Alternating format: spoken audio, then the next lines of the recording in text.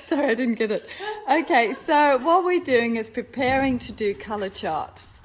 Now, we've got 12 colors that we decided to use, our 12 basic colors.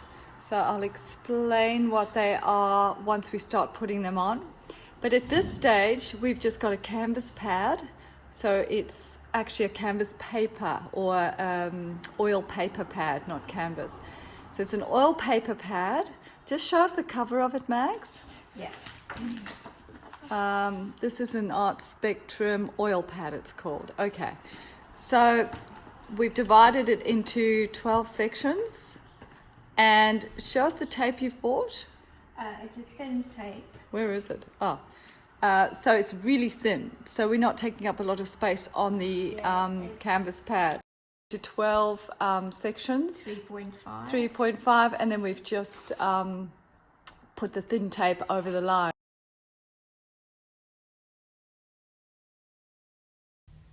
So in this is the chart, the first color chart, where you're adding just your basic colors with 5 degrees of white. And here this video is speeded up, but we're going to work through the lemon yellow chart. So lemon yellow is the predominant color. And then your next color you're going to add is your cad yellow to your lemon yellow. And it's very subtle, so it's quite tricky to get your tonal variances right. And this is where the learning comes in with tone and with the subtle color and with how strong your tinting mixes are. You get to learn all this. So the next color here we're mixing with your yellow ochre. And your yellow ochre is quite transparent, so you get to understand what colors are more transparent, what colors aren't. And as long as you try and keep those tonal variances different, and you can start adjusting them. So when you see, like on that third block in the middle, I'm adjusting that tonal value a little bit darker because it wasn't dark enough.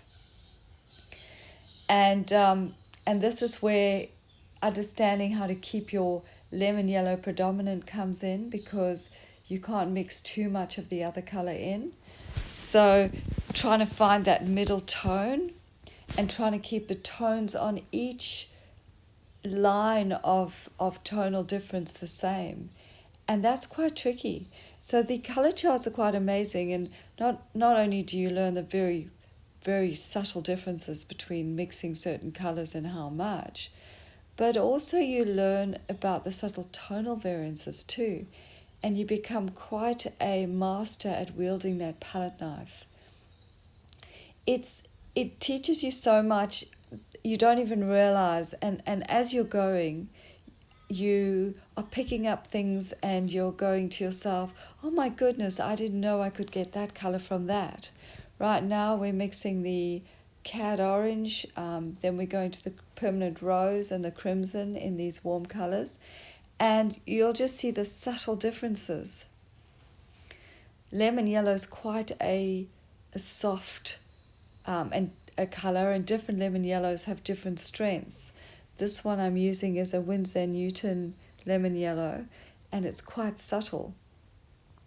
So once you've done every color chart in different colors, so for instance the first one's lemon yellow, the second one you will have your cad yellow predominant, then you'll have your yellow ochre predominant, and you'll go through your colors. So each chart will be the predominant one of those 12 colors, plus a little bit of every other color, plus your 5 degrees of white of that color. And I know it sounds laborious, and I know it sounds like a lot of work, but it's actually very, very enjoyable, and you start to feel like you have some control over your color. And once you've done these color mixes, suddenly you feel like you're not stabbing in the dark, because you can use these color charts to reference. Anytime you're looking for a color that you don't know how to do, or that you're a little bit stuck with, you go back to your color charts and you reference.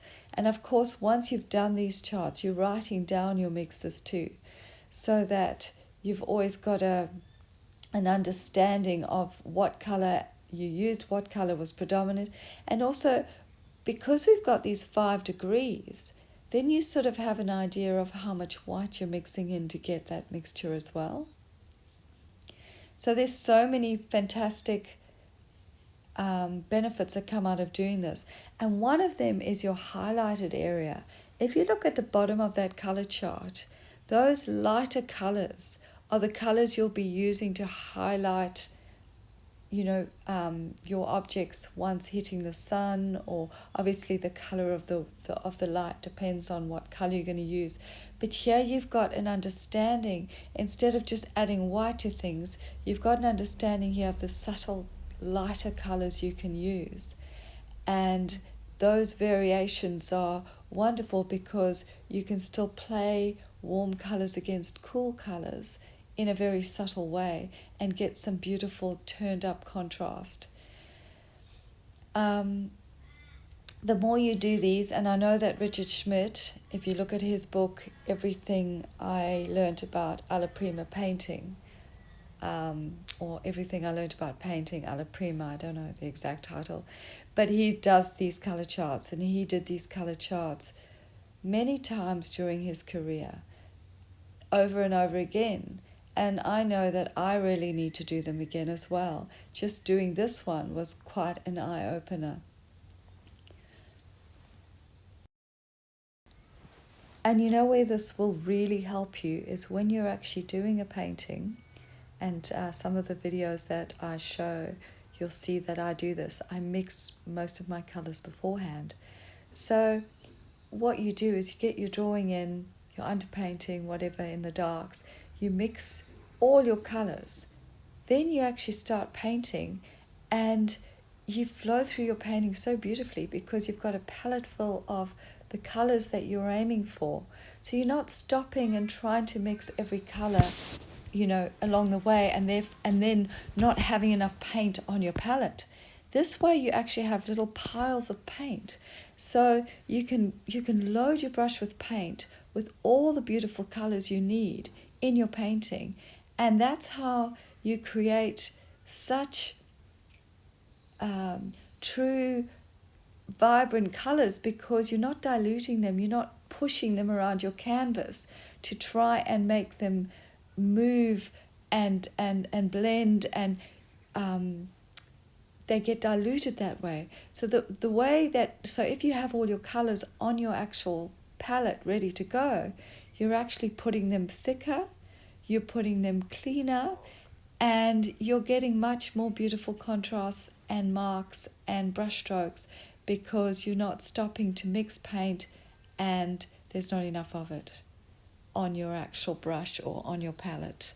And that sometimes is when you get lazy, and then you just pick up any color that's there. So we have this color chart now. It looks absolutely stunning. We've taken the tape off. Now's when you can actually write what colors you've used on there. But you can just see when whites around them how beautiful those colors are.